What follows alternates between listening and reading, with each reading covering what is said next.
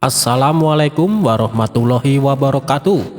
Apa kabar sahabat Al-Fatah yang dimuliakan Allah? Semoga kita dalam keadaan sehat, dilimpahkan rezekinya dan diberikan keberkahan dunia dan akhirat. Amin ya robbal alamin.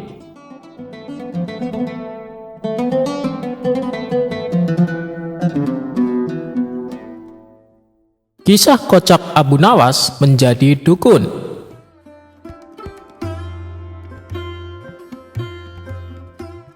Abu Nawas atau dikenal sebagai Abu Ali Al-Hasan bin Hani Al-Hakami. Abu Nawas adalah seorang bujangga Arab. Dia dilahirkan di kota Ahvaz di negeri Persia, dengan darah Arab dan Persia mengalir di tubuhnya. Abu Nawas adalah sosok ulama besar dan karismatik serta sangat terkenal akan kecerdasannya. Dikisahkan, tidak akan pernah habis akal busuk Abu Dahi untuk mencelakai Abu Nawas. Entah apa yang diinginkan oleh Abu Dahi dengan memfitnah Abu Nawas kali ini. Siang itu Abu Dahi menghadap raja dan mengatakan bahwa Abu Nawas menjadi dukun dadakan. Tentu saja raja sangat heran dengan cerita Abu Dahi. Bahkan sepulang dari menghadap raja, Abu Dahi terus menceritakan perihal Abu Nawas kepada semua orang yang dijumpainya. Abu Nawas kini menjadi dukun yang perbuatannya ke arah tidak mempercayai Tuhan, kata Abu Dahi meyakinkan orang. Dalam waktu singkat, rakyat akan membencinya, kata Abu Dahi dalam hati. Fitnah yang dilontarkan Abu Dahi disambut dengan gembira oleh orang-orang yang tidak menyukai Abu Nawas. Maka dengan geram mereka mendatangi Abu Nawas. Semula Abu Nawas terkejut. Setelah mendengar dirinya kini terkenal sebagai dukun, ia langsung mencari akal. "Jadi apa yang kalian minta dariku?" tanya Abu Nawas pada mereka. Bermacam-macam permintaan diutarakan orang. Ada yang minta kesaktian, kekebalan, menjadi gagah, menjadi kaya raya, dan sebagainya. Tuan Abu Nawas telah memberi beberapa jimat kepada orang lain. Mengapa kepada kami tidak? Desak mereka. Menurut arwah nenek moyang yang masuk ke dalam tubuhku, hanya malam hari jimat-jimat itu boleh kuberikan. Datanglah tengah malam, akan kuberikan jimat-jimat itu pada kalian, kata Abu Nawas meyakinkan mereka. Orang-orang itu gembira menerima janji Abu Nawas. Tepat tengah malam, orang-orang itu sudah berbondong-bondong datang. Abu Nawas duduk bersila di ruang tamu. Satu persatu orang maju menghadap Abu Nawas yang berlagak dukun. Lalu ia menyerahkan batu kerikil hitam. Sebelumnya, Abu Nawas mengatakan kepada mereka bahwa batu kali itu batu pemberian arwah nenek moyangnya untuk jimat. Siapa yang mau kaya, cantik, gagah, banyak rezeki, kebal senjata tajam, dan sakti mandraguna, maka cukup simpan baik-baik batu hitam yang nanti kubagikan, jelas Abu Nawas lantang. Dengan gaya yang sok dukun beneran, Abu Nawas benar-benar membuat banyak orang yang datang ke rumahnya percaya. Nah, hadirin, tidak lama lagi akan muncul seseorang yang mengaku dukun pintar selain hamba. Itulah saat yang tepat bagi tuan-tuan untuk memanfaatkan batu jimat pemberian hamba ini, kata Abu Nawas lagi. Memanfaatkannya bagaimana Pak Dukun Abu? Tanya mereka penasaran. Datangi dia dan lemparkan batu itu kepadanya, lalu katakan apa keinginan kalian. Begini caranya, yang berniat ingin kaya, lemparkan pada dukun itu dan katakan aku ingin kaya raya. Nah, gampang kan? Setelah melempar batu itu, kalian akan menjadi kaya raya, jelas Abu Nawas sambil tersenyum.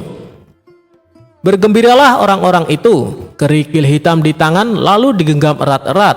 Sebelum pergi, beberapa orang sempat menyodorkan amplop berisi uang sebagai ucapan terima kasih kepada Abu Nawas. Tentu saja Abu Nawas menolaknya. Setelah orang-orang itu pulang, Abu Nawas terus saja berpikir siapa yang memfitnah dirinya menjadi dukun. Ia mondar-mandir mencari akal untuk menjebak orang yang telah memfitnahnya. Akan kuberi pelajaran, barang siapa yang menggali lubang, dia sendiri yang akan terperosok ke dalamnya, kata Abu Nawas dalam hati. Dari hari ke hari, Abu Nawas makin terkenal menjadi dukun. Ia selalu dikunjungi banyak orang. Orang-orang yang datang selalu memberi uang padanya. Tentu saja Abu Nawas menolak, sambil mengatakan bahwa ia selalu mendapat uang sekeranjang setiap harinya. Hamba sekarang kaya raya melebihi raja. Bayangkan, sekeranjang uang emas hamba dapatkan dari pekerjaan hanya menjadi dukun, kata Abu Nawas kepada setiap orang yang dijumpainya. Perihal Abu Nawas mendapat sekeranjang emas setiap harinya sampai juga ke telinga Abu Dahi. Hatinya makin panas. Kurang ajar, maksudku menfitnah Abu Nawas agar dijauhi rakyat dan baginda raja. Kok malah menjadi kaya, geram Abu Dahi dalam hati. Lalu timbullah pikiran liciknya. Aku juga bisa melakukannya, kekayaan akan kuambil alih, katanya pula. Kemudian, ia memerintahkan orang-orangnya untuk keluar masuk kampung, guna menyampaikan kabar bahwa Abu Dahi menjadi dukun hebat. Mendengar kabar itu, orang-orang yang menyimpan batu jimat pemberian Abu Nawas langsung bersiap-siap. Ketika Abu Dahi muncul di halaman rumahnya dengan pakaian ala dukun, datanglah mereka secara berbondong-bondong. Abu Dahi tampak gembira dan menyambut mereka dengan senyum berkepanjangan. Namun betapa terkejutnya lelaki jahat itu ketika secara bersamaan orang-orang yang datang tersebut mengeluarkan batu-batu hitam dan melemparkannya ke arah Abu Dahi, disertai dengan permintaan, "Aku ingin kaya, aku ingin kebal, saya ingin gagah dan tampan," teriak mereka. Ya, sahut Abu Dahi sambil mengelak dari lemparan batu. Ia langsung mengambil langkah 1000 dan masuk ke dalam rumah. Tapi orang-orang itu terus saja melempari rumah Abu Dahi sambil berteriak-teriak. Setelah puas, orang-orang itu pulang ke rumah masing-masing dengan wajah berbinar. Tinggallah Abu Dahi yang tidak habis pikir. Mengapa orang-orang itu melemparinya? Abu Nawas yang melihat kejadian itu hanya tersenyum kecut. Ia bukan senang melihat menteri Abu Dahi dilempari batu, tapi ia hanya ingin menyadarkan sifat buruk si Abu Dahi itu.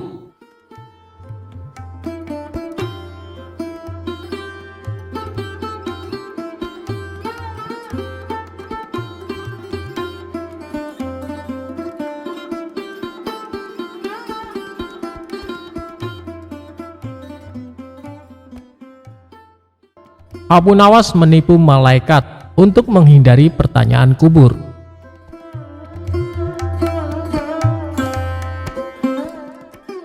Abu Nawas adalah seorang sosok yang dekat dengan Khalifah Harun. Semasa hidupnya, Abu Nawas dikenal sebagai orang yang cerdik, jahil, dan kerap membuat orang sekitarnya jengkel. Tidak hanya pada manusia, kejahilan Abu Nawas juga pernah terjadi kepada malaikat. Dia mengelabui malaikat Mungkar dan Nakir ketika Abu Nawas wafat. Hal ini bermula ketika Abu Nawas menjadi buronan sang raja yang ketika itu marah kepadanya. Para pasukan mencari Abu Nawas atas perintah raja agar ditangkap dalam keadaan hidup atau mati. Setelah mencari kesana kemari, pasukan sang raja nihil menangkap Abu Nawas dan kembali pulang ke kerajaan.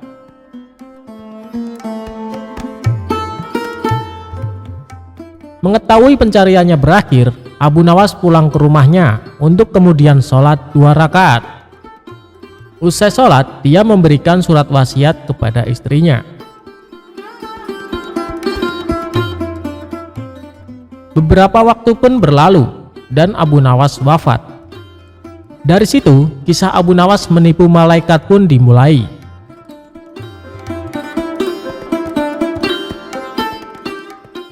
Sebelum wafat, Abu Nawas memberikan wasiat agar istrinya mengkafaninya. Alih-alih memintanya dengan yang baru, dia minta agar ketika wafat dipakaikan kain kafan usang, jelek atau lusuh. Kain kafan tersebut seolah-olah seperti kain kafan orang yang sudah lama meninggal. Berdasarkan kisah yang sudah turun-menurun, diceritakan kalau Abu Nawas pun sudah berada di alam kubur. Namun, kebingungan melanda malaikat Mungkar dan Nakir. Tugas malaikat tersebut adalah menanyakan atau menguji keyakinan orang yang sudah meninggal.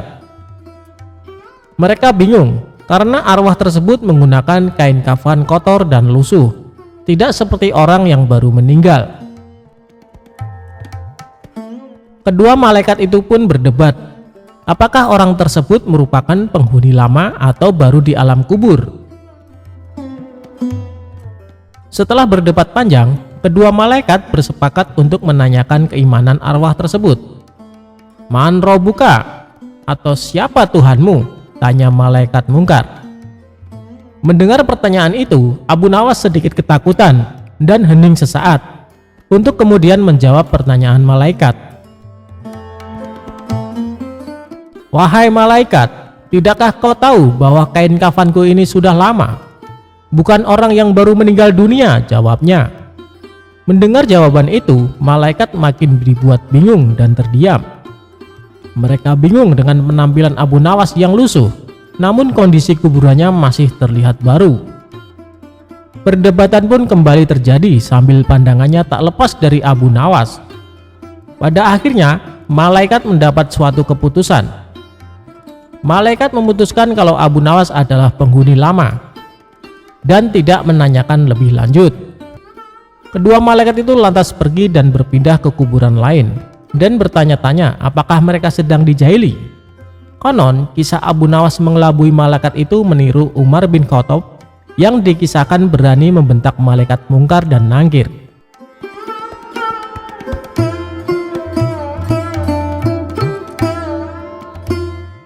Kisah hakim yang tamak. Ada seorang pemuda bermimpi menikahi anak gadis hakim istana. Pemuda itu bermimpi memberikan seluruh hartanya sebagai maharnya. Hakim mengetahui hal itu, maka ia pun pergi ke rumah pemuda tersebut. Benarkah kau bermimpi menikah dengan putriku? Tanya hakim. Iya, benar. Bahkan aku bermimpi memberikan semua hartaku sebagai maharnya, balas pemuda itu. Aku kesini untuk mengambil mahar itu. Sekarang kau pergilah dari rumah ini, seru hakim. Pemuda itu sangat sedih, ia tak bisa melawan seorang hakim. Pemuda itu kini menjadi seorang gelandangan. Ia bertemu dengan perempuan tua yang miskin. Pemuda itu lalu menceritakan masalahnya. Sekarang aku menjadi gelandangan karena mimpi itu, ujar si pemuda. Aku akan membantumu mengembalikan hartamu. Hakim istana sudah berbuat semena-mena terhadapmu. Ia harus diberi pelajaran, ujar perempuan tua itu. Perempuan tua itu lalu mengajak pemuda itu ke rumah Abu Nawas. Ia ingin meminta nasihat dari Abu Nawas. Semua orang tahu kecerdikan Abu Nawas. Abu Nawas pasti bisa menyelesaikan masalahmu, ujar perempuan tua itu. Sampailah mereka di rumah Abu Nawas. Pemuda itu lalu menceritakan masalahnya. Abu Nawas berpikir sejenak. Aha, ia berhasil mendapatkan sebuah ide. Besok pagi kalian kesini lagi. Bawalah peralatan seperti linggis, batu, dan tongkat besi, ucap Abu Nawas. Untuk apa semua alat itu? Tanya sang pemuda. Kau akan tahu besok pagi. Ajaklah semua temanmu juga, pinta Abu Nawas. Pemuda itu mengangguk setuju. Ia akan menuruti apa yang diperintahkan oleh Abu Nawas. Keesokan harinya, pemuda itu datang bersama dengan teman-temannya. Mereka membawa peralatan yang diminta oleh Abu Nawas. Apa yang harus kami lakukan dengan peralatan ini? Tanya sang pemuda. Semua pergilah ke rumah hakim istana. Hancurkan rumahnya sampai tak ada yang tersisa. ucap Abu Nawas. Tapi bagaimana jika hakim istana marah? Balas pemuda itu. Katakan aku yang menyuruh kalian menghancurkan rumahnya, kata Abu Nawas. Mereka pun pergi ke rumah hakim istana.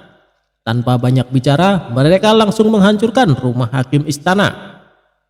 Rumah hakim sudah hampir hancur, dan si pemuda bersama teman-temannya terus saja menghancurkannya.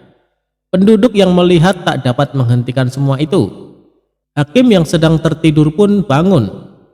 Ia baru menyadari bahwa sebagian rumahnya sudah hancur. "Hei, apa yang kalian lakukan dengan rumahku?" teriak hakim istana marah-marah. "Kami sedang menghancurkan rumahmu, apa kau tak melihatnya?" balas pemuda itu. "Kalian bisa saya hukum, siapa yang menyuruh kalian melakukan ini?" tanya hakim istana. Pemuda itu lalu memberitahu si hakim bahwa yang menyuruh mereka adalah Abu Nawas. Tentu saja hakim jadi sangat kesal kepada Abu Nawas. Ia pun langsung ke istana untuk menemui sang raja. "Aku akan melaporkannya kepada raja supaya Abu Nawas mendapat hukuman," dengus hakim istana. Sesampainya di istana, si hakim menyampaikan apa yang terjadi dengannya kepada baginda raja. "Cepat panggil Abu Nawas ke sini," perintah raja. Beberapa prajurit pergi ke rumah Abu Nawas.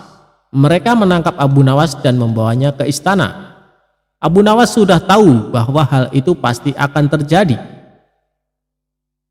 "Hei Abu Nawas, apa benar kau menyuruh para pemuda itu untuk merusak rumah hakim istana?" tanya raja penasaran. "Benar raja. Semalam aku bermimpi bahwa hakim istana memintaku untuk menghancurkan rumahnya. Ia berkata hendak membangun rumah baru yang lebih megah," jawab Abu Nawas. Raja heran mendengar jawaban Abu Nawas. Mimpi adalah bunga tidur, tapi kenapa dia melaksanakannya dalam kehidupan nyata? "Kamu sungguh salah besar Abu Nawas," ujar raja. "Bukankah hakim istana yang membuat peraturan seperti itu?" ucap Abu Nawas. Ia lalu menyampaikan apa yang telah dilakukan hakim istana kepada si pemuda. Hakim istana telah merampas semua harta si pemuda karena pemuda itu bermimpi memberikan mahar untuk menikah dengan anak hakim istana. Raja lalu memanggil pemuda itu dan menanyakan kebenarannya. "Semua yang dikatakan Abu Nawas benar raja. Aku kehilangan semua hartaku karena itu. Kini aku menjadi seorang gelandangan," ucap si pemuda. Hakim istana terlihat pucat. Ia ketakutan dan kemudian mengakui perbuatannya. Raja pun memecat hakim istana. Selama ini ia telah salah memilih seorang hakim. Harta pemuda itu akhirnya dikembalikan. Abu Nawas sangat senang karena bisa menolong orang yang kesulitan.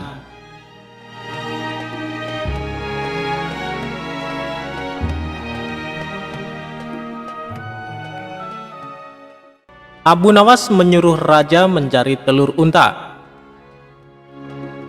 Humor Abu Nawas kali ini bermula dari baginda raja merasakan sakit di seluruh tubuh.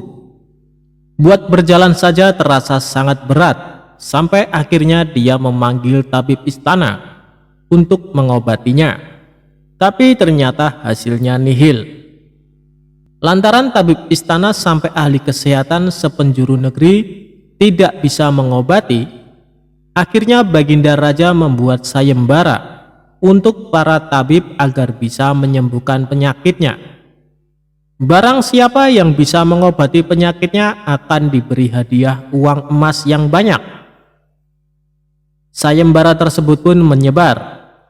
Banyak para tabib yang akhirnya ambil bagian mengadu nasib untuk mengobati baginda raja. Abu Nawas yang mendengar sayembara itu pun tertarik untuk mencobanya. Padahal ia sama sekali tidak mempunyai kemampuan mengobati penyakit. Hari yang ditunggu pun tiba. Abu Nawas menghadap raja untuk mencoba mengobatinya. "Hei Abu Nawas, rupanya engkau ikut pula dalam sayembara yang kuadakan ini," kata raja. "Benar baginda raja," jawab Abu Nawas. "Apa kau bisa mengobati penyakitku ini?" tanya baginda raja. "Hamba akan mencobanya baginda." hamba akan mencoba menerapkan cara-cara yang belum pernah dilakukan tabib lainnya, ucap Abu Nawas meyakinkan. Ia kemudian meminta Baginda Raja untuk menerangkan penyakit apa yang diderita, agar bisa memberikan tindak lanjut. Baginda Raja pun menerangkan jika tubuhnya terasa nyeri, tangan dan kakinya terasa pegal-pegal. Setelah memeriksa, Abu Nawas tidak langsung mengobati. Ia meminta waktu 2 hari kepada Baginda Raja untuk meramu resep obat terbaik. Di bawah pohon yang rindang, ia terus berpikir resep untuk sang raja. Maklum saja Abu Nawas bukan tabib, sehingga bingung harus memberikan resep apa. Sambil duduk dan berpikir, dari kejauhan dia melihat seorang kakek tua yang masih sibuk sendirian memetik buah-buahan di kebun kurma. Abu Nawas yang heran langsung mendekati kakek tersebut. Setelah bercakap-cakap dengan sang kakek, Abu Nawas mendapat jawaban jika kakek itu menjadikan aktivitas memetik buah sebagai kesibukannya. Jika tidak ada kesibukan, si kakek malah merasa badannya pegal-pegal. Dari pertemuan itu, Abu Nawas menemukan penyebab sakit Baginda Raja.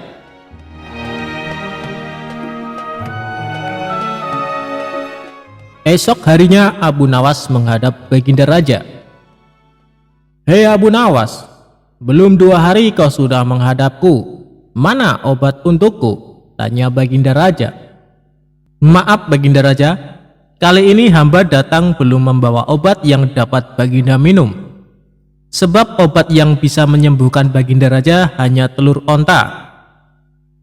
Baginda Raja harus cari telur itu sendiri, karena jika tidak dicari sendiri, maka khasiatnya akan hilang," terang Abu Nawas. "Kalau itu yang kau sarankan, baiklah, aku akan segera mencarinya," jawab Baginda Raja. Dengan sekuat tenaga Baginda Raja mencoba mencari telur unta di pasar. Para pedagang pun terheran. Bukankah unta itu beranak, bukan bertelur? Tapi mereka tidak berani mengatakan hal itu, sebab yang mencari Baginda Raja. Setelah berkeliling kota dan tidak menemukan satupun penjual telur unta, Baginda Raja bertemu seorang nenek yang menjelaskan jika unta tidak bertelur tapi beranak. Raja lantas sadar jika ia baru dibohongi oleh Abu Nawas. Sesampainya di istana, Baginda Raja merasa kelelahan. Setelah perjuangan panjang mencari telur unta dengan berjalan, ia akhirnya tertidur pulas karena capek yang diderita. Keesokan paginya Baginda Raja tampak segar bugar, dan anehnya sakit yang dideritanya pun hilang. Ia lalu menyuruh para pengawal untuk meminta Abu Nawas menghadapnya. Tidak lama kemudian Abu Nawas datang. "Bagaimana Baginda Raja? Apakah telah menemukan telur unta yang hamba anjurkan?" tanya Abu Nawas setelah memberikan salam kedatangan. "Rupanya engkau telah mempermainkanku ya," ucap Baginda Raja dengan nada marah. "Apa yang Baginda maksud?" ujar Abu Nawas. "Engkau menyuruhku mencari telur unta, padahal unta tidak bertelur tetapi beranak," terang Baginda Raja. Abu Nawas kemudian menceritakan pertemuannya dengan seorang kakek, sampai memperoleh hikmah jika anggota badan yang tidak pernah digerakkan akan membuat orang sakit. Pengalaman itulah yang ingin diterapkan Abu Nawas kepada Baginda Raja, supaya tidak hanya memerintah tetapi juga bergerak. Tentu saja Baginda tidak akan menemukan telur unta, sebab tidak akan mungkin ada unta yang bertelur. Tapi bukankah Baginda sekarang sudah merasa lebih enakan? Tanya Abu Nawas setelah memberikan penjelasan. "Benar, apa yang kau katakan itu benar Abu Nawas," jawab Baginda Raja yang tidak lagi marah mendengar jawaban Abu Nawas. "Bahkan aku semalam dapat tidur dengan pulas sekali," lanjutnya. "Kalau begitu betul jika ada pepatah yang mengatakan tidak ada kelezatan kecuali setelah kepayahan," sahut Abu Nawas. Mendengar hal itu, Baginda Raja pun tertawa dan geleng-geleng kepala atas kecerdikan Abu Nawas.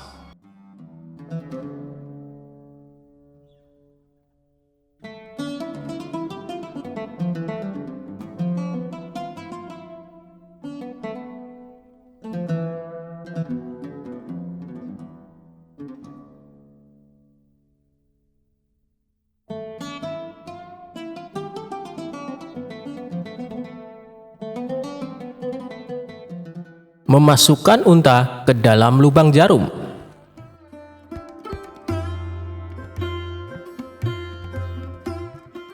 Diawali suatu hari, Baginda Raja tampak termenung di singgasananya. Dilaporkan dia sedang dilanda masalah yang membuat tidak bisa tidur. Tapi masalah yang dihadapi hanya Baginda Raja sendiri yang tahu. Ia sengaja merahasiakan dari orang-orang sekitar, baik kepada penasehat istana maupun Abu Nawas selaku sahabatnya tempat berkeluh kesah. Ingin rasanya Baginda Raja melupakan masalah yang menimpanya. Kalaupun bisa lari menghindar, tentulah ia akan melakukannya. Tapi kenyataannya, permasalahan yang dihadapi terasa seperti mengikutinya kemanapun Baginda Raja pergi. Sejak saat itu Baginda Raja sering terlihat melamun seorang diri. Kemudian penasehat istana mendekati Baginda Raja. "Maaf Paduka yang mulia, hamba perhatikan belakangan ini Paduka terlihat murung. Hamba khawatir Paduka nanti jatuh sakit. Apakah ada sesuatu yang Paduka pikirkan?" tanya penasehat istana. "Tidak ada apa-apa, aku baik-baik saja. Kau urusi saja pekerjaanmu," jawab Baginda Raja dengan memalingkan wajahnya. Penasehat istana pun hanya terdiam. Ia merasakan gelagat bahwa Baginda Raja sedang dilanda masalah besar. Dikarenakan Baginda Raja tidak mau berterus terang, penasehat istana tidak berani membujuknya untuk menceritakan masalah yang dihadapi. Makin hari sikap Baginda Raja makin tertutup, bahkan kini enggan menerima tamu. Hal ini membuat para pejabat istana sangat khawatir. Apa yang harus kita lakukan? Makin hari Baginda Raja terlihat mengkhawatirkan. Ini sangat buruk untuk kondisinya. Jangan sampai Baginda Raja jatuh sakit, kata salah seorang menteri. Aku juga cemas melihat sikap Baginda Raja belakangan ini. Aku sudah coba membujuknya supaya mau menceritakan masalah yang dialami, tapi ia malah memalingkan wajah. Baginda Raja memilih menutup diri, beber penasehat istana. "Saya ada saran, bagaimana kalau masalah ini kita sampaikan kepada Abu Nawas? Biasanya dia tahu solusinya," ujar salah satu dari menteri. "Iya, saya setuju dengan saran tersebut," balas lainnya. Maka beberapa menteri istana segera mendatangi rumah Abu Nawas. Melihat yang datang adalah para menteri, Abu Nawas sempat terkejut. Biasanya yang diutus Baginda Raja adalah prajurit istana. "Kenapa kalian yang datang?" tanya Abu Nawas. "Kami kesini bukan diutus Baginda Raja, tapi atas kemauan sendiri," jawab para menteri. Kemudian para menteri ini memberitahu Abu Nawas tentang keadaan yang menimpa Baginda Raja. "Kami semua sudah berusaha memberi perhatian, tapi Baginda Raja selalu menutup diri," kata salah satu menteri. "Baiklah, aku akan coba menghiburnya. Mari kita ke istana sekarang," ajak Abu Nawas. Singkat cerita, Abu Nawas menghadap Baginda Raja. Ia lalu bercerita kisah-kisah jenaka di hadapan Baginda Raja, berharap bisa terhibur dan tertawa. Tapi ternyata tidak ada reaksi apapun. Baginda Raja hanya terdiam, malah meninggalkan Abu Nawas lalu masuk ke kamarnya. Selepas Baginda Raja pergi, para menteri segera menghampiri Abu Nawas. "Bagaimana ini Abu Nawas? Kamu lihat sendiri kan?" ucap mereka. "Sepertinya Baginda Raja sedang mengalami masalah berat. Biarkan aku pulang dulu, aku akan memikirkan cara untuk mengatasi masalah ini," ucap Abu Nawas. Setibanya di rumah, Abu Nawas terus memikirkan cara terbaik memecahkan masalah ini. Setelah berpikir cukup lama, akhirnya Abu Nawas menemukan ide cemerlang. Esok harinya, Abu Nawas pergi ke pasar. Di hadapan orang-orang, Abu Nawas berteriak, "Apakah di antara kalian ada yang bisa memasukkan unta ke lubang jarum?" Mendengar pertanyaan Abu Nawas, semua orang yang di sana merasa heran. Salah satu dari mereka lalu menjawab, "Mana mungkin bisa, itu perkara yang mustahil." Dengan lantang Abu Nawas membalas, "Tidak ada perkara yang mustahil. Jangankan aku, anak kecil pun bisa. Kalau kau memang bisa, coba tunjukkan kepada kami," pinta mereka. "Maaf kawan-kawan, sayangnya aku hanya bisa membuktikannya bila di hadapan Baginda Raja," jawab Abu Nawas. Begitulah seterusnya, setiap ada keramaian orang ataupun perkumpulan, Abu Nawas selalu mengatakan hal yang sama. Akhirnya kabar tentang Abu Nawas bisa memasukkan unta ke lubang jarum sampai juga hingga telinga Baginda Raja. Awalnya, Baginda Raja tidak terlalu memperdulikannya. Tapi lama-kelamaan timbul juga rasa penasaran pada dirinya. Maka diperintahkanlah beberapa pengawal istana memanggil Abu Nawas. "Tuan Abu Nawas, Anda diperintahkan Paduka untuk datang ke istana," ucap seorang prajurit. "Benarkah?" tanya Abu Nawas memastikan. "Benar Tuan Abu Nawas," jawab prajurit. "Rencanaku akhirnya berhasil," pikir Abu Nawas. "Oh iya, bagaimana kondisi Baginda Raja sekarang?" tanya Abu Nawas lagi. "Baginda masih sering mengurung diri dan sering tampak termenung," jawab salah satu prajurit. "Baiklah, aku akan ke sana sekarang," balas Abu Nawas. Tidak lama kemudian, Abu Nawas sampai di istana menghadap Baginda Raja. "Wahai Abu Nawas, aku dengar kau bisa memasukkan seekor unta ke lubang jarum. Kau bersedia membuktikannya bila di hadapanku. Benarkah itu?" tanya Baginda Raja. "Benar Paduka yang mulia," jawab Abu Nawas. "Bagaimana mungkin? Aku rasa itu perkara yang mustahil," balas Baginda Raja. "Di dunia ini tidak ada yang mustahil Paduka," ujar Abu Nawas. "Baiklah, sekarang coba kau buktikan," perintah Baginda Raja. "Caranya mudah saja Paduka. Kita tinggal membuat jarum yang lubangnya lebih besar daripada seekor unta. Dengan begitu, kita bisa memasukkan dengan mudah. Bahkan anak kecil pun bisa," jawab Abu Nawas menjelaskan. "Kalau caranya seperti itu, semua orang pun bisa melakukannya. Berarti kau telah menipu semua orang, termasuk aku," ucap Baginda Raja. "Hamba tidak pernah menipu siapapun, dan hamba juga tidak pernah menipu Paduka. Hamba tidak pernah mengatakan bahwa jarum yang hamba maksud adalah jarum kecil," balas Abu Nawas. "Ya, itu benar. Tapi apa maksud dari pernyataanmu ini?" tanya Baginda Raja.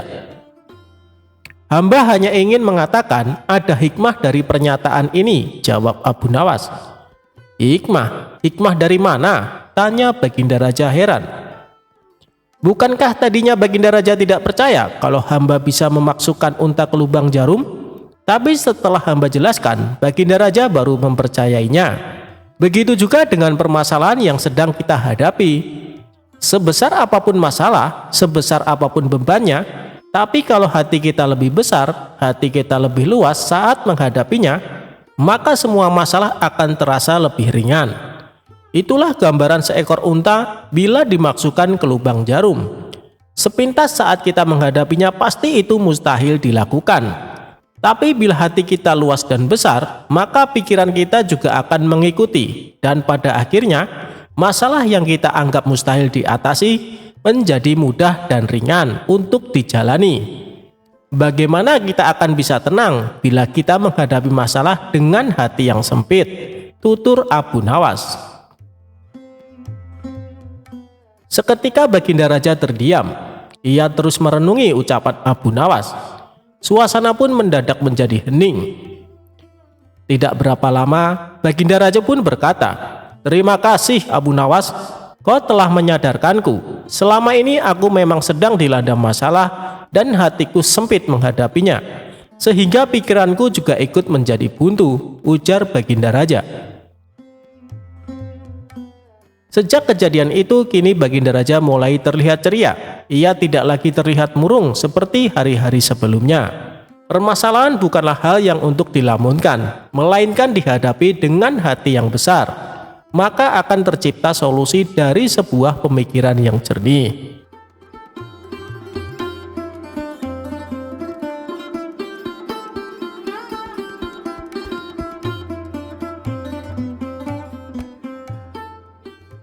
Abu Nawas dituduh mencuri keledai, tapi kok malah Abu Jahal yang dipenjara? Hidup bertetangga kadang ada yang suka dan ada yang kurang suka dengan kita. Itulah yang dialami Abu Nawas. Meskipun dikenal suka menolong, ada saja orang yang tidak suka dengan sosok cerdas dan humoris ini. Sebut saja namanya Abu Jahal. Entah kenapa dia sangat membenci Abu Nawas. Abu Jahal selalu mencari celah untuk memfitnah Abu Nawas, akan tetapi usahanya selalu gagal.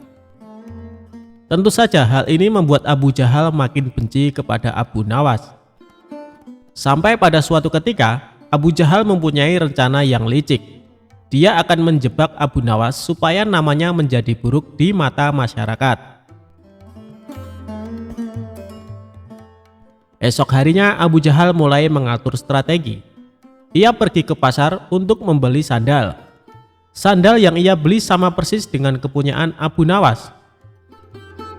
Abu Jahal juga membayar orang suruhan untuk mengambil keledainya sendiri pada malam hari. Setelah malam tiba, Abu Jahal mulai menjalankan aksinya. Dia sengaja menaruh keledainya di depan rumah dan meletakkan sandal yang sama persis dengan sandal Abu Nawas di halaman rumahnya. Tidak lama kemudian, datanglah orang bayaran Abu Jahal untuk mengambil keledai di depan rumahnya. Setelah orang bayarannya sudah benar-benar menghilang, Abu Jahal mendadak berteriak, "Maling! Maling! Keledaiku dicuri maling!" teriak Abu Jahal pura-pura panik. Sontak teriakan Abu Jahal mengundang perhatian para tetangganya. Mereka lalu berduyun-duyun mendatangi rumah Abu Jahal. "Ada apa Abu Jahal?" tanya salah satu tetangganya. "Keledaiku dicuri maling, tapi malingnya sempat aku pergoki," jawab Abu Jahal. "Kamu berhasil mengenali wajahnya Abu Jahal?" tanya tetangga yang lain. "Enggak sih, karena waktu aku mergoki, malingnya langsung panik dan lari terbirit-birit sampai meninggalkan sandalnya," kata Abu Jahal sambil menunjukkan sandal di halamannya. "Loh, ini kok seperti sandal Abu Nawas? Tapi masa iya sih Abu Nawas mencuri keledaimu?" ujar tetangganya tidak percaya. "Ya, namanya orang lagi kilap, apapun pasti dilakukannya.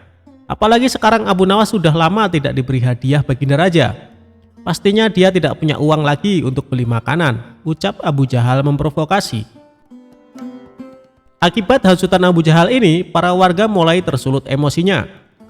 Abu Nawas yang sedang asik tidur di rumahnya langsung dipaksa dan diarak warga menuju istana. "Ada apa ini? Apa yang kalian lakukan?" tanya Abu Nawas bingung. "Sudah, kamu diam saja, kamu harus mempertanggungjawabkan perbuatanmu," tegas Abu Jahal. Dalam hati, Abu Jahal berkata, "Kali ini aku berhasil menjebakmu Abu Nawas." Ia pun tersenyum jahat kepada Abu Nawas. Setibanya di istana, baginda raja kaget ada rombongan warga datang. Terlebih lagi, di situ ada Abu Nawas dengan kondisi tangan terikat. "Ada apa ini? Kenapa malam-malam datang kemari?" tanya baginda raja. "Ampun Paduka yang mulia, hamba mau melaporkan keledai hamba dicuri Abu Nawas," jawab Abu Jahal. Abu Nawas yang mendengar pengaduan Abu Jahal hanya terdiam. Ia menunggu saat yang tepat untuk membongkar kedok Abu Jahal. "Memangnya kamu punya buktinya Abu Jahal? Apakah keledaimu ada di rumah Abu Nawas?" tanya baginda raja. "Keledainya memang tidak ada di rumah Abu Nawas. Bisa saja dia menaruhnya di tempat lain Paduka yang mulia. Tapi saya punya bukti yang lain," ucapnya. "Coba tunjukkan bukti yang kamu punya Abu Jahal," perintah baginda raja. Ia lalu menunjukkan sandal yang mirip dengan milik Abu Nawas. "Ini buktinya Paduka yang mulia. Waktu hamba memergoki, Abu Nawas lari terbirit-birit sampai meninggalkan sandalnya di halaman rumah hamba," tutur Abu Jahal. "Apa benar itu sandal kamu Abu Nawas?" tanya baginda raja kepada Abu Nawas. "Bukan baginda raja, tapi sandal itu memang mirip dengan sandal hamba," jawab Abu Nawas. "Kamu jangan coba mengelak Abu Nawas. Jelas-jelas itu sandalmu," bentak Abu Jahal. Sudah, berikan saja sandal itu kepadaku," pinta baginda raja kepada Abu Jahal. Setelah Abu Jahal memberikan sandal tersebut, baginda raja lalu memanggil Abu Nawas. "Abu Nawas, kemarilah. Coba pakai sendal ini," perintah Baginda Raja. Setelah dicoba, sendal yang dibawa Abu Jahal tidak muat di kaki Abu Nawas. Melihat hal itu, Abu Jahal mulai belingsatan, mukanya pucat, dan keringat dingin mulai keluar dari tubuhnya. "Ini jelas-jelas bukan sandal Abu Nawas. Kamu jangan menuduh orang sembarangan. Atau jangan-jangan kamu ingin memfitnah Abu Nawas?" bentak Baginda Raja geram kepada Abu Jahal. Dengan mulut terbata-bata, Abu Jahal menjawab, "Maaf Paduka yang mulia, hamba kira itu sandalnya Abu Nawas." Ternyata Abu Jahal salah perhitungan saat membeli sandal yang mirip dengan sandal Abu Nawas. Abu Jahal tidak mencocokkan dengan ukuran kaki Abu Nawas. Di saat Abu Jahal mulai terbongkar rencana busuknya, Abu Nawas langsung melancarkan aksinya. "Begini Paduka yang mulia, sebenarnya Abu Jahal sudah berulang kali mencoba berbuat jahat, tapi rencananya selalu bisa hamba gagalkan," ungkap Abu Nawas. Perkataan Abu Nawas ini juga dibenarkan oleh para warga. "Benar Baginda, benar apa yang dikatakan Abu Nawas. Kami sungguh sangat menyesal dan kecewa karena kali ini kami termakan hasutan Abu Jahal. Kami minta maaf Abu Nawas," ucap para warga. Abu Nawas pun memaafkannya karena pada dasarnya mereka hanya termakan hasutan Abu Jahal. Sementara Abu Jahal langsung dimasukkan ke penjara atas perbuatan yang dilakukan.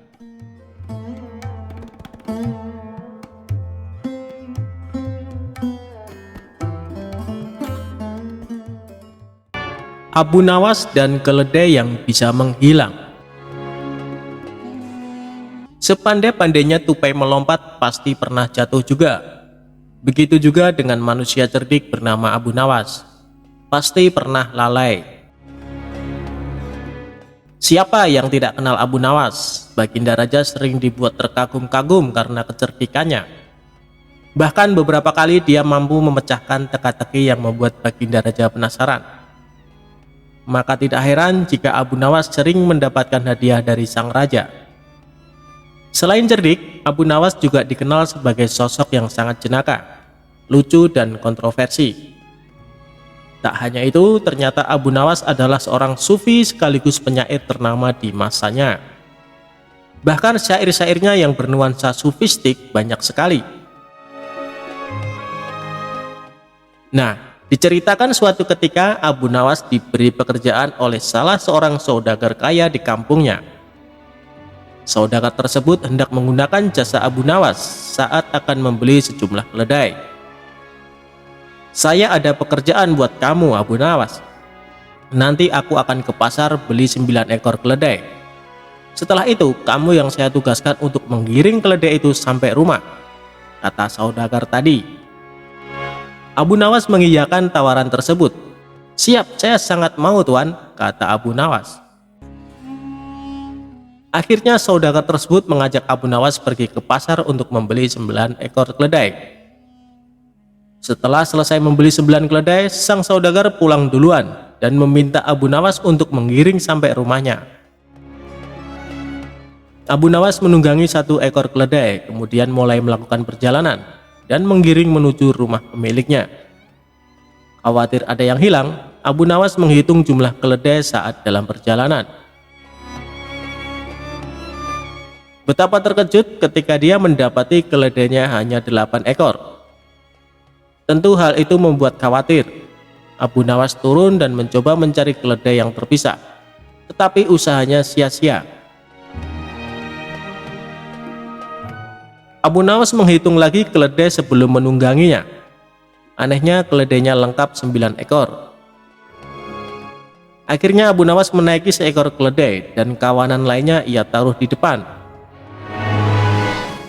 Sembari meneruskan perjalanan, Abu Nawas kembali menghitung keledainya. Dan kali ini jumlahnya kembali menjadi 8. Curiga ada yang mencuri, Abu Nawas turun dan membiarkan keledai-keledai itu. Sementara dirinya bersembunyi di balik pohon untuk menyelidiki.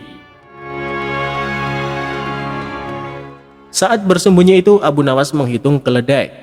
Anehnya, jumlahnya lengkap 9 ekor. Abu Nawas semakin heran.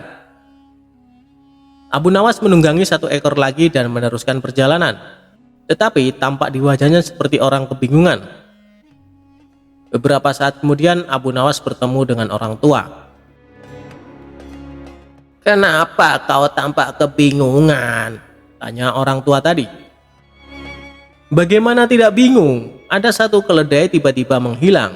Saat ku hitung lagi, tiba-tiba muncul," kata Abu Nawas.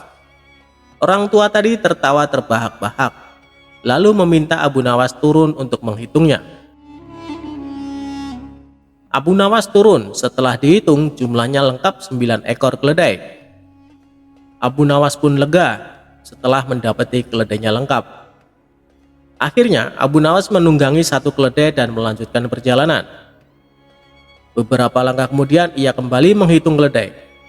Jumlahnya kembali berkurang 1 ekor. Abu Nawas kemudian berteriak minta tolong. Akhirnya orang tua tadi menghampiri dan berkata, "Bagaimana keledaimu tidak kurang? Kamu hanya menghitung keledai di depanmu saja. Sementara keledai yang kamu tunggangi tidak kau hitung," kata kakek tua tadi. Mendengar jawaban tersebut, Abu Nawas tersenyum dan bergumam, "Secerdik-cerdiknya orang suatu waktu pasti pernah mengalami sial. Dasar Abu Nawas."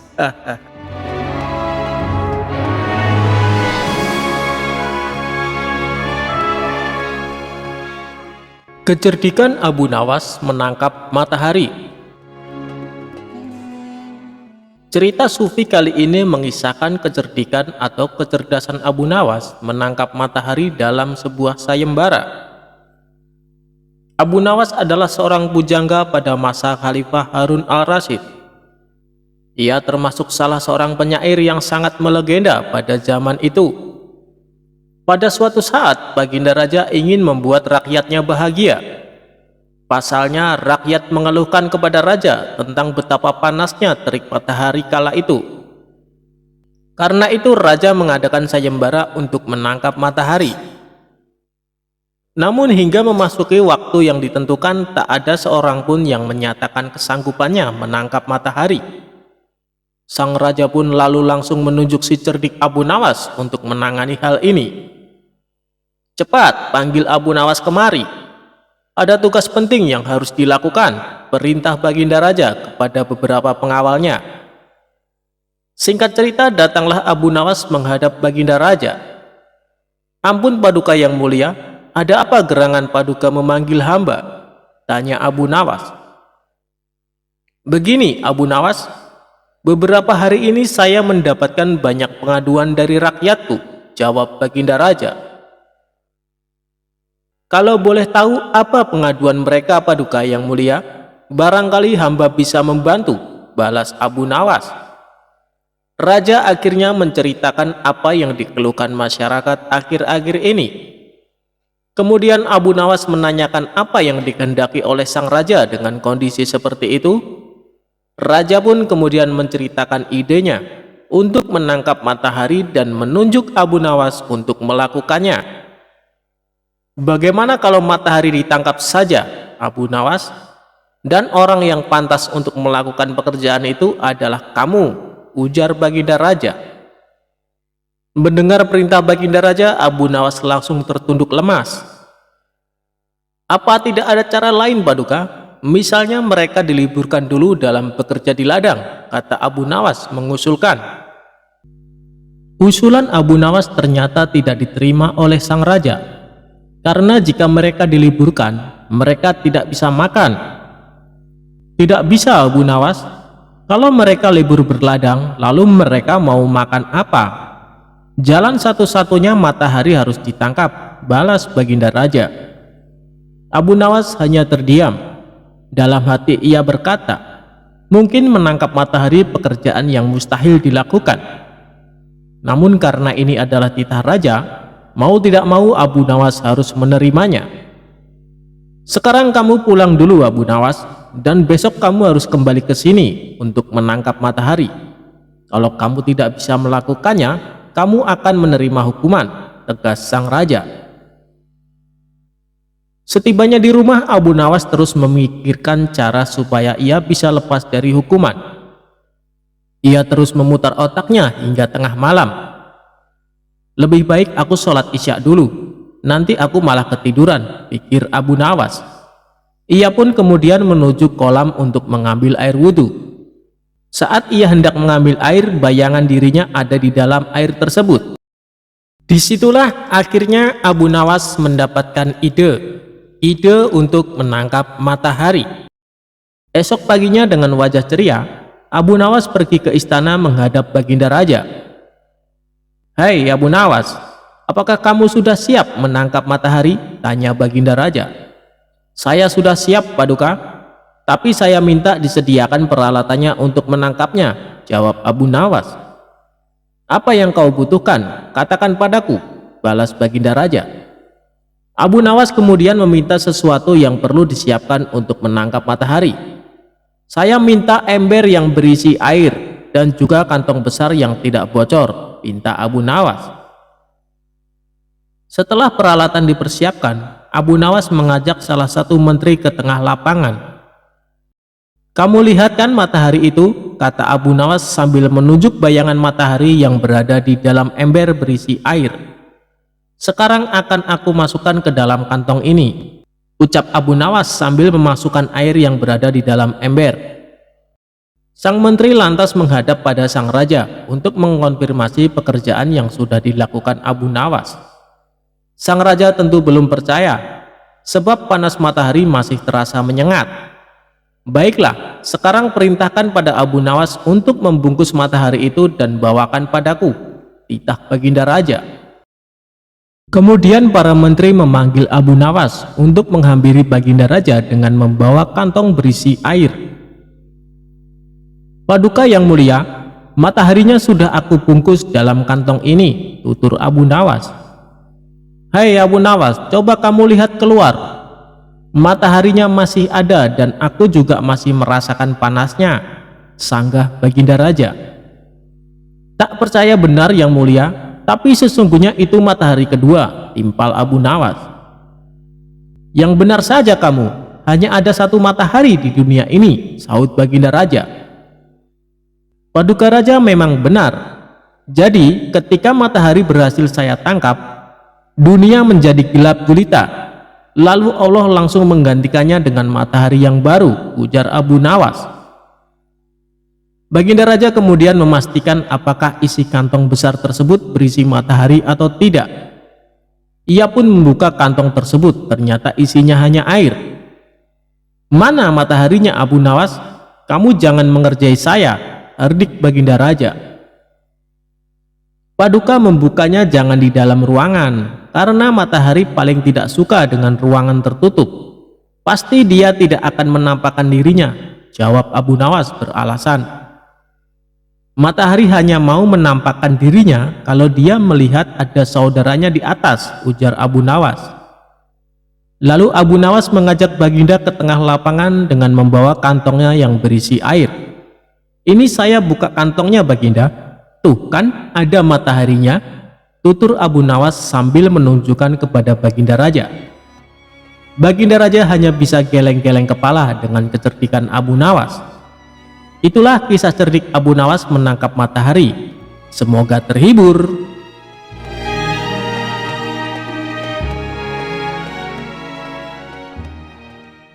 Kisah Abu Nawas tipu dibalas dengan tipu.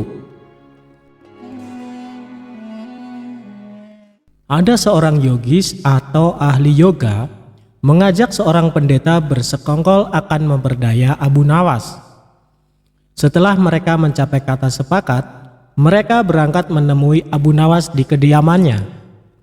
Ketika mereka datang, Abu Nawas sedang melakukan sholat duha. Setelah dipersilahkan masuk oleh istri Abu Nawas, mereka masuk dan menunggu sambil berbincang-bincang santai. Seusai sholat, Abu Nawas menyambut mereka. Abu Nawas dan para tamunya bercakap-cakap sejenak.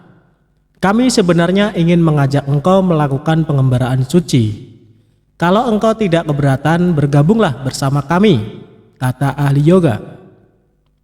"Dengan senang hati. Lalu kapan rencananya?" Tanya Abu Nawas polos. Besok pagi, kata pendeta. Baiklah kalau begitu kita bertemu di warung teh besok, kata Abu Nawas menyanggupi. Hari berikutnya mereka berangkat bersama. Abu Nawas menggunakan jubah seorang sufi, ahli yoga, dan pendeta memakai seragam keagamaan mereka masing-masing. Di tengah jalan mereka mulai diserang rasa lapar karena mereka memang sengaja tidak membawa bekal. Hei Abu Nawas, bagaimana kalau engkau saja yang mengumpulkan derma guna membeli makanan untuk kita bertiga? Karena kami akan mengadakan kebaktian, kata pendeta. Tanpa banyak bicara, Abu Nawas berangkat mencari dan mengumpulkan derma dari dusun satu ke dusun yang lain. Setelah derma terkumpul, Abu Nawas membeli makanan yang cukup untuk 3 orang. Abu Nawas kembali ke pendeta dan ahli yoga dengan membawa makanan. Karena sudah tak sanggup menahan rasa lapar, Abu Nawas berkata kepada mereka, "Mari segera kita bagi makanan ini sekarang juga," kata Abu Nawas. "Jangan sekarang, kami sedang berpuasa," kata ahli yoga. "Tetapi aku hanya menginginkan bagianku saja, sedangkan bagian kalian terserah pada kalian," kata Abu Nawas menawarkan jalan keluar. "Aku tidak setuju, kita harus seiring seirama dalam berbuat apapun," kata pendeta. "Betul, aku pun tidak setuju karena waktu makanku besok pagi. Besok pagi aku baru akan berbuka," kata ahli yoga. "Bukankah aku yang engkau jadikan alat pencari derma? Dan derma itu sekarang telah kutukarkan dengan makanan ini. Sekarang kalian tidak mengizinkan aku mengambil bagian sendiri. Itu tidak masuk akal," kata Abu Nawas mulai merasa jengkel. Namun begitu pendeta dan ahli yoga tetap bersikeras tidak mengizinkan. Abu Nawas mengambil bagian yang menjadi haknya. Abu Nawas penasaran, ia mencoba sekali lagi meyakinkan kawan-kawannya agar mengizinkan ia memakan bagiannya, tetapi mereka tetap saja menolak. Abu Nawas benar-benar merasa jengkel dan marah. Namun Abu Nawas tidak memperlihatkan sedikitpun kejengkelan dan kemarahannya. "Bagaimana kalau kita mengadakan perjanjian?" kata pendeta kepada Abu Nawas. "Perjanjian apa?" tanya Abu Nawas. "Kita adakan lomba. Barang siapa di antara kita bermimpi paling indah, maka ia akan mendapat bagian yang terbanyak. Dan yang kedua lebih sedikit. Dan yang terburuk akan mendapat paling sedikit," pendeta itu menjelaskannya. Abu Nawas setuju. Ia tidak memberi komentar apa-apa. Malam semakin larut, embun mulai turun ke bumi. Pendeta dan ahli yoga mulai mengantuk dan tidur. Abu Nawas tidak bisa tidur, ia hanya berpura-pura tidur. Setelah merasa yakin kawan-kawannya sudah terlelap, Abu Nawas menghampiri makanan itu. Tanpa berpikir 2 kali, Abu Nawas memakan habis makanan itu hingga tidak tersisa sedikit pun. Setelah merasa kekenyangan, Abu Nawas baru bisa tidur. Keesokan hari mereka bangun hampir bersamaan. Ahli yoga dengan wajah berseri-seri mulai bercerita. "Tadi malam aku bermimpi memasuki sebuah taman yang mirip sekali dengan nirvana. Aku merasakan kenikmatan yang belum pernah kurasakan sebelumnya dalam hidup ini," kata ahli yoga. Pendeta mengatakan bahwa mimpi ahli yoga benar-benar menakjubkan. Betul-betul luar biasa. Kemudian giliran pendeta menceritakan mimpinya. "Aku seolah-olah menembus ruang dan waktu, dan ternyata memang benar. Aku secara tidak sengaja berhasil menyusup ke masa silam, di mana pendiri agamaku masih hidup. Aku bertemu dengan beliau, dan yang lebih membahagiakan lagi adalah aku diberkatinya," kata pendeta dengan wajah berseri-seri. Ahli yoga juga memuji-muji kehebatan mimpi pendeta. Abu Nawas hanya diam. Ia bahkan tidak merasa tertarik sedikit pun. Karena Abu Nawas belum juga buka mulut, pendeta dan ahli yoga mulai tidak sabar untuk tidak menanyakan mimpi Abu Nawas. "Kalian tentu tahu Nabi Daud alaihissalam. Beliau adalah seorang nabi yang ahli berpuasa. Tadi malam aku bermimpi berbincang-bincang dengan beliau. Beliau menanyakan apakah aku berpuasa atau tidak. Aku katakan, aku berpuasa karena aku memang tidak makan sejak dini hari. Kemudian beliau menyuruhku segera berbuka karena hari sudah malam. Tentu saja aku tidak benar-benar mengabaikan perintah beliau. Aku segera bangun dari tidur dan langsung menghabiskan makanan itu, kata Abu Nawas tanpa perasaan bersalah sedikit pun. Sambil menahan rasa lapar yang menyayat-nyayat, pendeta dan ahli yoga saling berpandangan satu sama lain. Kejengkelan Abu Nawas terobati. Kini mereka sadar bahwa tidak ada gunanya coba-coba mempermainkan Abu Nawas. Pasti hanya akan mendapat celaka sendiri.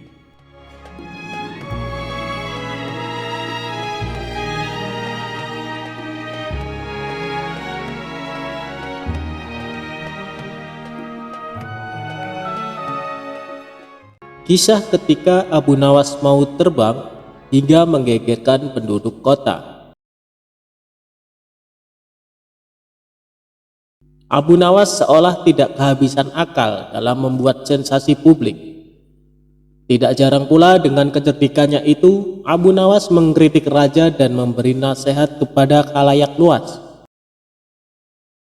Suatu hari, Abu Nawas sesumbar kalau dirinya ingin terbang. Sontak pernyataan Abu Nawas itu menyebar ke penjuru kota dan menjadi bahan pergunjingan semua orang. Banyak dari penduduk kota yang menganggap Abu Nawas gila dan tidak mungkin bisa melakukan niatnya. Kabar Abu Nawas mau terbang ini pun sampai ke telinga Baginda Raja. Sang raja kemudian langsung memanggil Abu Nawas ke istana untuk dimintai keterangannya. "Wahai Abu Nawas, benarkah engkau ingin terbang?" tanya Baginda Raja. "Benar Baginda, hamba ingin terbang. Besok Jumat silakan datang bersama penduduk lainnya untuk menyaksikan hamba yang ingin terbang jika masih ragu," jawab Abu Nawas dengan santainya. "Baiklah jika begitu. Tetapi jika engkau berbohong, maka bersiaplah untuk menanggung hukumannya." Saat hari yang dijanjikan tiba, Abu Nawas naik ke sebuah gedung yang tinggi. Orang-orang telah menantikannya. Banyak yang ragu dengan kemampuan Abu Nawas untuk terbang layaknya burung.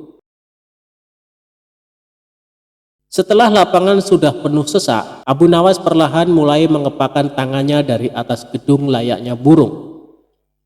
Tingkah Abu Nawas ini pun mengundang reaksi penonton. Salah seorang penonton berkata, "Hei Abu Nawas, engkau telah membohongi kami. Kau tidak bisa terbang, maka engkau layak mendapat hukuman." Mendengar teriakan itu, Abu Nawas dengan sigap menjelaskan apa yang ia lakukan. "Dengarlah saudara-saudara, aku hanya mengatakan kalau aku ini mau terbang, bukan mengatakan aku bisa terbang. Bukankah dari tadi aku memang mau terbang?" Penonton yang sudah berkumpul itu pun sadar bahwa memang kepakan tangan Abu Nawas menunjukkan bahwa ia hanya mau terbang, bukan bisa terbang. Itulah mengapa kalian harus hati-hati dalam menerima suatu berita. Jangan langsung ditelan mentah-mentah, lanjut Abu Nawas. Karena tingkah Abu Nawas itu, Baginda Raja kemudian paham dan tidak menjatuhkan hukuman kepada salah satu rakyatnya itu. Begitulah Abu Nawas dengan segala kecerdikannya.